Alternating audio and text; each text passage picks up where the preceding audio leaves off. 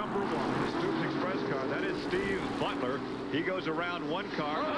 Probably lost the right rear. The leader lost the right rear. That could have been very, very dangerous. Very dangerous. It's just very fortunate that he was far enough away from the fence when it did come around. The car came all the way around, and then it went down to the inside rather than staying up top. You race drivers sometimes act like you have ice water in the veins, nerves of steel, but I got to tell you right now, his stomach is up in his throat. Well, you know, actually, when things happen like that, they happen so fast, you don't have time to have your stomach go up in your throat. When you're spinning around like this and cars are coming at you, you got time to think about it. Here comes a replay. Watch this. You see the sparks fly as the right rear goes. Oh, yeah, it came off early. It looks to me like the wheel came out. The wheel center is still on the right rear. See the wheel center right there? And there's the wheel. The other part of the wheel came loose from the tire. It broke the wheel right off. And that had to be a wild ride for Harrison there at number 44. He had nowhere to go, and watch him fight the wheel. Watch David at number 44 fight this wheel, trying to maintain control. He has no place to go. Watch the sparks. See, it just popped, came off. Now it's on aluminum, and just so lucky that it didn't really get in the fence and get upside down. And Harrison is on the binders very, very hard, hanging on. Excellent job. Did an excellent job of missing that whole melee. Look at, he's going to go right on through. I think you're looking at two very lucky drivers right there, because that could have been very, very serious. I was racing with him at Lawrenceburg. He got upside down not once but twice in the feature, so he was able to roll the car back over the first time, climb back in, and got pushed away without damage, but he got upside down the second time, and that took care of him. We will be taking you to Sports Center immediately following our telecast from Indianapolis Raceway Park tonight with Eric Clemens and John Saunders. That will be coming up following auto racing next on ESPN. We talked about Bob Fry needing a yellow. Bob Fry got the yellow. And as we stand right now, Kevin Huntley continues to lead. Bob Fry is second, Gene Lee Gibson third. Fourth is Greg Staub, and Mark Alderson rounds out the top 5. In the second 5, we have Jeff Bloom, Rich Vogler, Billy Vukovich the third, Jerry Niemeyer, and Leon Thixton. And they are going to work on the car because he stays in the cockpit. They're going to try to get him back out.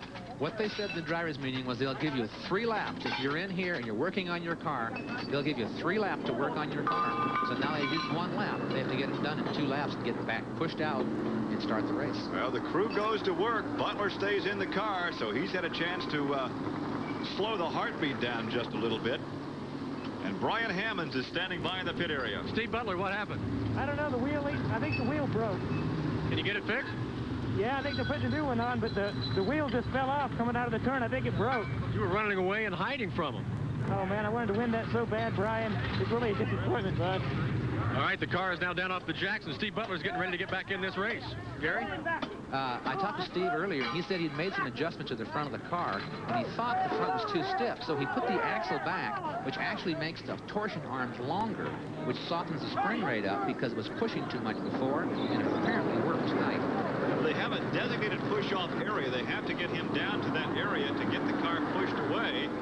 Now, maybe they're just going to push him from right there because the indication has been given. We have 1 more lap before we go green. So they're trying to get Steve Butler away. And talk about a kamikaze drive now. I'm a fan of Steve Butler's, and he will put on a show for these fans here at Raceway Park to see him back to back. They won't need to mow the grass for a week. At least the first few inches off the pavement. Now there is Butler down the backstretch. He'll rejoin the pack at the back, and there the green flag flies. We are racing, and Butler goes to work immediately, passing cars. He already picked up 2 or 3 spots. Let's see what Bob Fry can do now. Bob Fry, he keeps it real close. 21 laps complete, working lap number 22. Whoa. Oh, hang on! Oh, it gets together, and Fry almost got upside down. Almost. You talk about some lucky drivers tonight. I have heard you drivers say, I'd rather be lucky than good. And there's a case right there where we've seen a lot of luck tonight. It was luck. It was bad luck that Gene Lee went underneath. The car pushed real bad. He pushed up into him. But it was very lucky the way he hit the wall that it put it back down on the racetrack and not up higher. Fry very easily right there could have taken a trip over the wall. Oh, quite easily. You had a lot of air under that race car. And there's a case of close racing, 2 drivers trying to occupy the same position. Fry is okay, and it looked like he was going to go ahead and climb out of the race car. Gene Lee is okay. I think he hit pretty hard, Gary. All right, let's watch it again. Watch the front. Now, he runs down the bottom, and pretty soon he's going to pick a little push out. Right there's the push, and he pushed right up into the left rear, and he just ran over it, and it almost turned over. Look how much air was in that race car. The yellow remains out at Indianapolis Raceway Park. We still have some 8 laps to go, 9 laps to go now for our 30-lap main event. And we have more motorsports coming your way on Sunday Live, 4:30 Eastern Time. The G.I. Joe's Grand Prix from Portland, Oregon, featuring the IMSA GTP cars. Can Jeff Brabham do it again and make it 7 in a row with the Nissan? I'd like to see it. Jeff's an excellent gentleman and an excellent racer. One of the cars involved in that mishap up in turn 3 going into 4, Gene Lee Gibson, he changed the right front, and he is back in competition starting at the back of the pack in the black number 3. Yeah, he was very fortunate that all it did was flatten the right front. And while he was in changing, someone else came in. It was David Harrison. David Harrison, and he changed the right rear. The right rear. Yeah. We should have a green then this next time by. The pace car with Pancho Carter driving is behind the wall. The green flag is out. And we're race racing. resumes. Now, in second place, Greg Staub. Greg Staub is a real newcomer to pavement competition. His best ride ever on pavement. Does he have a shot? Had a little push there. I don't know. If he can get that push out of it, it looks like he's ready to go racing. That's for sure. Well, a few more yellows would certainly benefit Steve Butler in the number 1 car as he continues to pick off drivers one by one. He had to go at the back of the pack. A little tire smoke there off the number 44 car of Staub. Huntley continues to lead, but there's only about a half car length between those two. Not much. See, he fixed his push by overdriving the car and making it a little loose. Now, if he can back it off to tighten it up without the push and not burn the tire up, we'll be in business.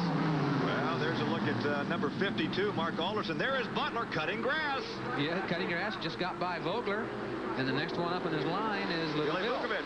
Little Vuk down the main straightaway. Butler will never, ever give up till the checkered flag falls, and he's going to get Vuk, maybe 2 cars. He pulls alongside number 7, cannot get Bloom, but he gets by Vukovic. See how much he gains in the corner. And then look at this. There's a little grass cut. Oh, we've got a battle for the lead. There goes Staub, smoking that right rear, coming down to complete lap 24. 6 laps to go. We talked earlier about the competition this evening. What a position to be in. Leading this race, knowing these guys are on your heels like this, it's a tough job. Well, that time Staub lost some ground coming off the corner, and here comes Butler on the high side. Oh, no, that wasn't Butler. That was number 7. We're watching too many red cars here. That's Jeff Bloom. Jeff Bloom, and then Bill Vukovic is trying. Butler's already around Bloom. Would you believe that Butler is up to 3rd position? Butler is up to 3rd. There's 5th, 6th, 7th, and 8th, and it looks like Vogler almost got together with Mark Alderson. Alderson, the white number 52. There goes, oh, Vogler's losing his hood. Vogler has a loose hood. He's driving one-handed and hanging on with the left hand. Yeah. That's like back in the old days when you had to pump the brake. He's driving with one hand hanging onto the hood. That could prompt a yellow and give Steve Butler a chance. Butler's back up to 3rd. He's going to finish in the top 3rd again. What a pass. What a pass. With tire smoking, he still got by. And we have a new leader. Greg Staub is out in front. This could be his first ever pavement victory. And here he comes trying to get back by. Oh, and now he has a gap between 1st and 2nd. 27 laps complete. What a big lead. Butler is closing in. If they have a yellow, Butler will have a shot. He's back up to 3rd. And 3 laps to go. They'll need to have a yellow and at least 2 laps of red. I mean, green. Is Vogler still hanging onto the hood? Looks like he might be, but because it's not flopping up anymore. That has to be a tad disconcerting when your view is obscured because of the hood climbing up in your face. Yeah. 2 laps to go. Greg Staub having perhaps the best ride of his long career. And I can tell you, you will never, ever see a happier victor than you're going to see in Greg Staub when he pulls that helmet off. There's the white flag. 1 lap to go. Can you imagine all the things he's hearing right now? I know he's driving as hard as he can. Well, I'm sure he's also numb right now as well. Oh, yeah. Off the 2nd corner down the backstretch. Greg Staub, and there is a battle back in the pack. There is Vogler again trying to work on Billy Vukovic, the 3rd. You never know how these races are going to end at this racetrack. Gene Lee Gibson making a nice drive through traffic. There is the checkered flag. The crew is ecstatic.